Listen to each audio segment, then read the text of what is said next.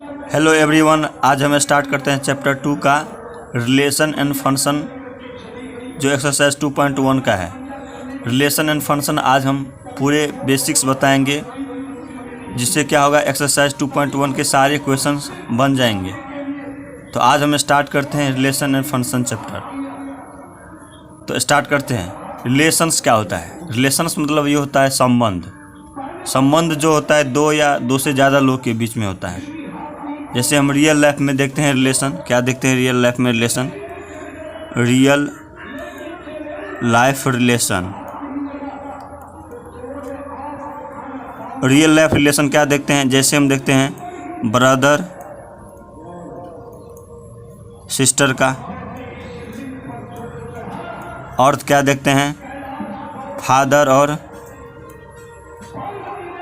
सन का रिलेशन देखते हैं। ब्रदर और सिस्टर का देखते हैं रिलेशन, फादर और सन का रिलेशन देखते हैं। उसी प्रकार से टीचर और स्टूडेंट का रिलेशन देखते हैं। ये हम देखते हैं किस में? रियल लाइफ में रिलेशन देखते हैं। और मैथ में रिलेशन क्या देखते हैं? Relation in math.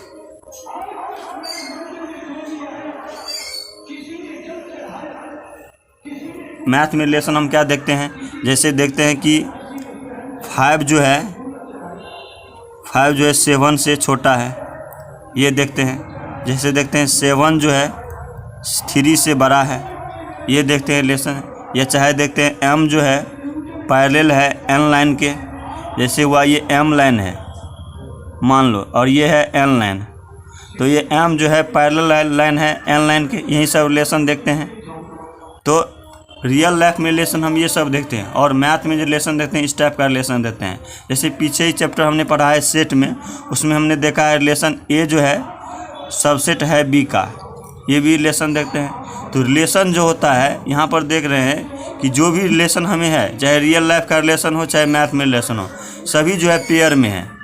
ये जितने भी रिलेशन है, देखो ब्रदर सिस्टर है पेयर है, फादर सन है पेयर है, टीचर स्टूडेंट है पेयर है। उसी प्रकार से 5 जो है 7 से छोटा है। तो जितने भी रिलेशन है सभी क्या है?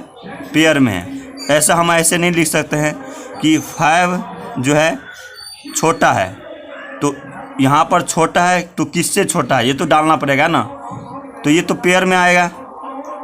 5 जो है 7 से छोटा है, तो पेयर में डालना पड़ेगा। ये तो पेयर में हो गया, 1 और 2 ये पेयर में हो गया। ठीक उसी प्रकार से m जो है पैरेलल है, किससे है पैरेलल? तो n से पैरेलल है, तो ये भी क्या हुआ? पेयर में हुआ। इसका मतलब ये हुआ कि रिलेशन जो होता है हमेशा पेयर में होगा। तो लिखेंगे कि रिलेशन इज ऑलवेज, रिलेशन जो होता है relation is always in pair, यानी रिलेशन हमेशा पेयर में होगा। जितना भी देखो यहाँ पर ब्रदर सिस्टर है पेयर में है, फादर सन है पेयर में है, टीचर स्टूडेंट क्या है पेयर में है। तो जितने भी रिलेशन होता है, चाहे रियल लाइफ में हो चाहे वो मैथ में रिलेशन हो, सभी जो है पेयर में होता है। ए सबसेट है बी का, ये भी रिलेशन हुआ।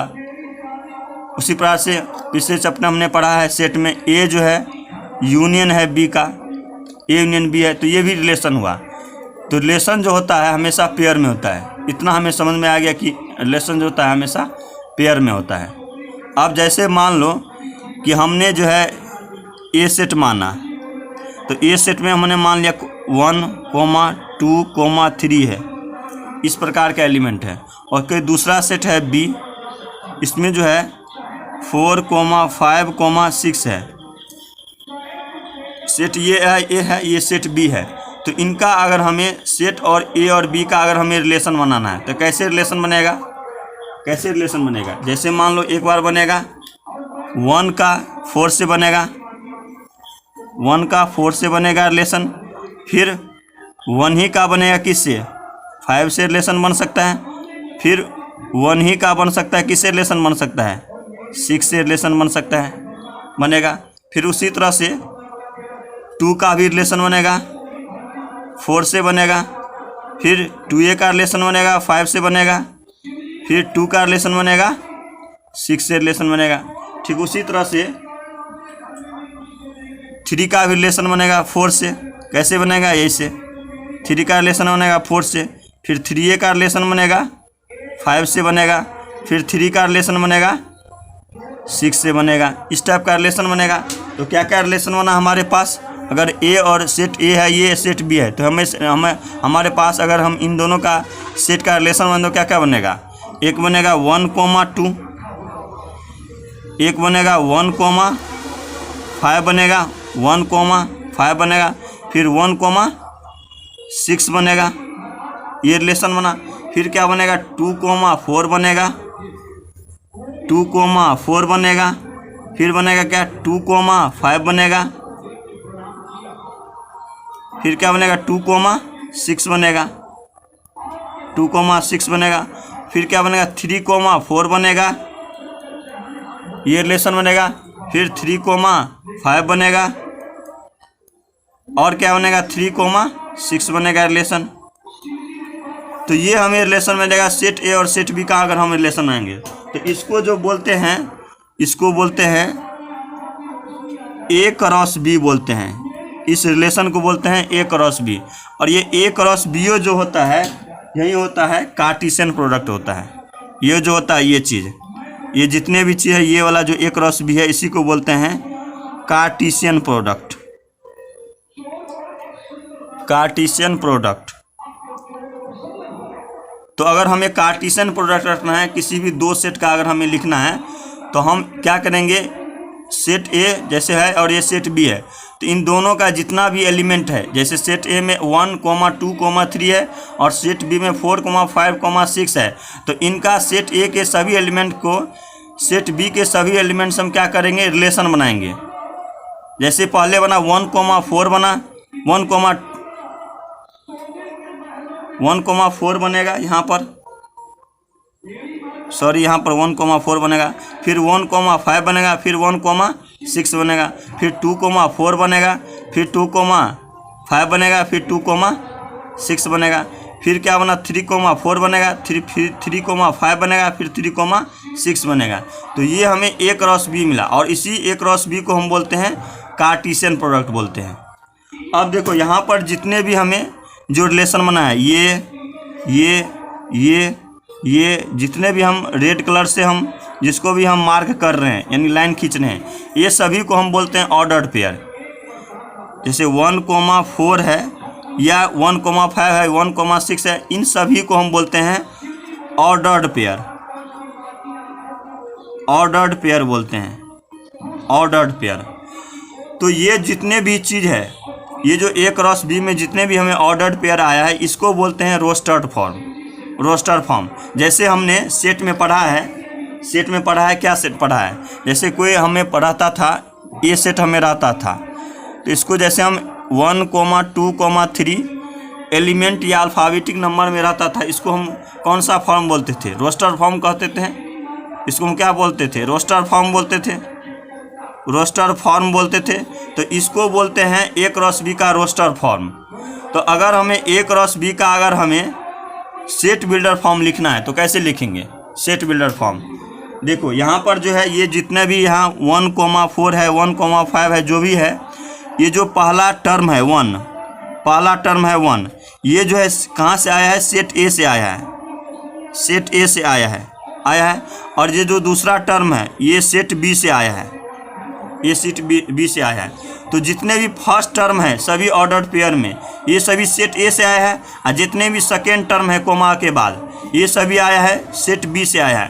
तो इसको हम एक्स मान लेंगे, जितने भी जो फर्स्ट टर्म है इसको हम एक्स मान लेंगे, एक्स कोमा वाई, इसको भी एक्स कोमा वाई मान लेंगे। यानी एक्स जो है ए का एलिमेंट है और वाई जो है बी का एलिमेंट है। ठीक उसी तरह से एक्स कोमा वाई, ये सभी क्या है, एक्स कोमा है, जिसमें एक्स जो है ए का एलिमेंट है और वाई जो है बी का एलिमेंट है।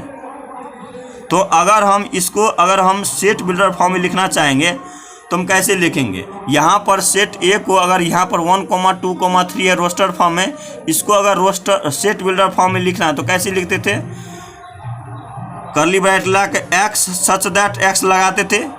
ठीक उसी तरह से अगर हम इस ऑर्डर पेयर को यानी ए क्रॉस बी को अगर हमें रोस्टर फॉर्म में लिखना है तो जो भी हमें ये है एक्स कोमा वाई है, तो इसको हम लिखेंगे कर्ली ब्रैकेट लगा देंगे और x कोमा y लगा देंगे, सच दैट ऐसे लगा देंगे। जिस तरह से नहीं यहाँ पर सेट ए में 1, 2, 3 था रोस्टर फॉर्म, और इसे सेट बिल्डर फॉर्म में लिखना था x सच दैट x लिखते थे। ठीक इसी प्रकार से जितने भी है यहाँ ऑर्डर पेयर सभी को x, y मान लिए हैं, x, y, x, y, x, जहाँ x जो है a का एलिमेंट है और y जो है b का एलिमेंट है। अब x जो है a का एलिमेंट है, y जो है a का एलिमेंट है, लिख देते x, y such that x जो है बिलोंग्स टू a है, नहीं x जो है a में बिलोंग करता है और y बिलोंग्स टू b है, y जो है b में बिलोंग करता है। जहाँ पर a, ये जो a सेट है ये a सेट और b set not equal to 5 होना चाहिए। अब ये कैसे होगा, ये क्या हुआ, a और b 5 क्यों होगा, 5 का मतलब क्या होता है, इम्प्टी सेट होता है। 5 का मतलब क्या होता है, इम्प्टी सेट होता है, यानी खाली सेट होता है। तो a और b में कोई भी सेट जो होना चाहिए वो 5 नहीं होना चाहिए। क्यों नहीं 5 होना चाहिए, जैसे मान लो कि हमने a सेट, हमने यहाँ पर ये आया है 1, 2, 3 माना है। तो अगर मान लो a इक्वल टू 1, 2, 3 है और b इक्वल टू अगर हमें 5 दिया हुआ है, यानी हमें खाली सेट है, तो इसका अगर हमें बोलेगा a क्रॉस b निकालो, a क्रॉस b निकालो, तो कैसे निकालेंगे, इस सेट का जितने भी एलिमेंट है b सेट के साथ क्या बनाएंगे, रिलेशन बनाएंगे। कैसे रिलेशन बनाते थे, 1 को जो भी इसमें एलिमेंट रहेगा उसके साथ रिलेशन बनाएंगे। अब देखो यहाँ पर सेट a में 1, 2, 3 है, अगर हम b सेट के साथ रिलेशन बनाएंगे तो b सेट में कोई एलिमेंट ही है ही नहीं, b सेट में कोई एलिमेंट है ही नहीं। जब कोई एलिमेंट है ही नहीं तो रिलेशन तो बनेगा नहीं। और रिलेशन जो होता है यहाँ पर बताए हैं, relation is always in pair, relation जो होता है हमेशा पेयर में होता है। तो यहाँ पर अगर हम इसका रिलेशन बनाएंगे तो यहाँ पर कोई एलिमेंट आएगा ही नहीं, है ही नहीं। जब एलिमेंट है ही नहीं तो पेयर तो बनेगा ही नहीं। जब पेयर बना ही नहीं तो a क्रॉस b क्या होगा, कुछ हुआ ही नहीं, कुछ बना ही नहीं।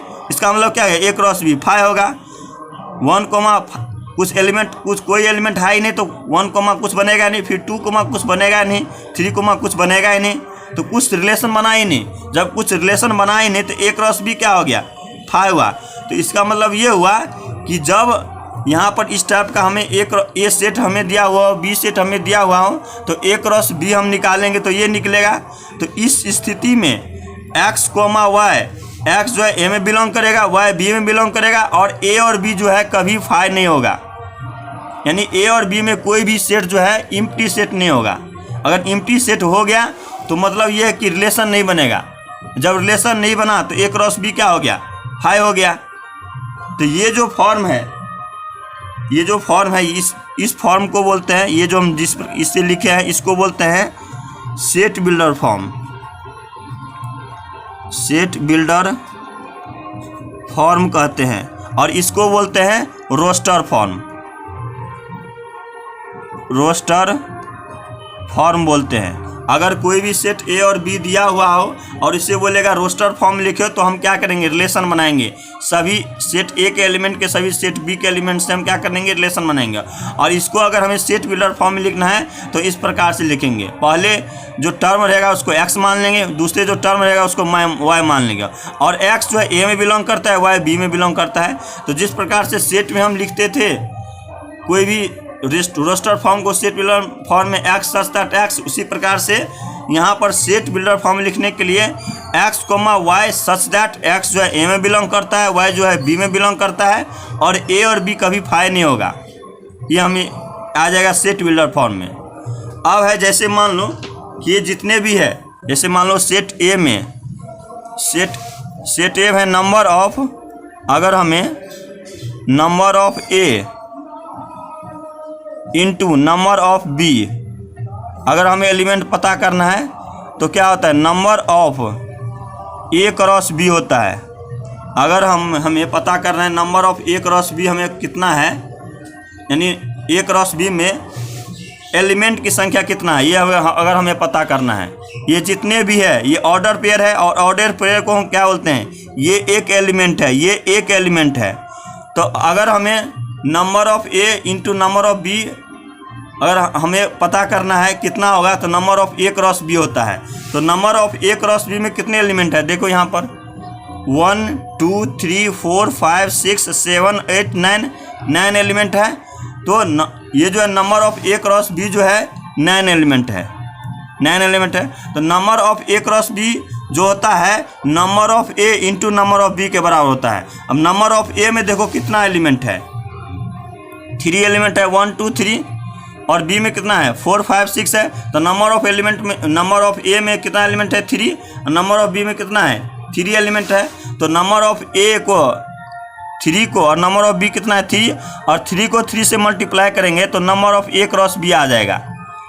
तो अगर हमें number of A cross B हमें अगर पता करना है तो इसका फॉर्मूला होता है number of A into number of B होता है, ये फॉर्मूला होता है। ये जो फॉर्मूला है तो इससे क्या होता है हमें पता चल जाता है कि number of A cross B में कितने एलिमेंट है। देखो यहाँ पर number of A cross B में देखो 9 एलिमेंट है, 1 2 3 4 5 6 7 8 9 एलिमेंट है। तो 9 एलिमेंट कैसे पता चला, number of A into number of B के नंबर ऑफ ए में 3 एलिमेंट है, नंबर ऑफ बी में 3 एलिमेंट है, 3 को 3 से मल्टीप्लाई करेंगे तो 9 एलिमेंट हो जाएगा। तो ये फॉर्मूला हमें याद रखना जरूरी है, number of A into number of B, number of A cross अगर बी हमें पता करना है तो number of A into number of B होता है।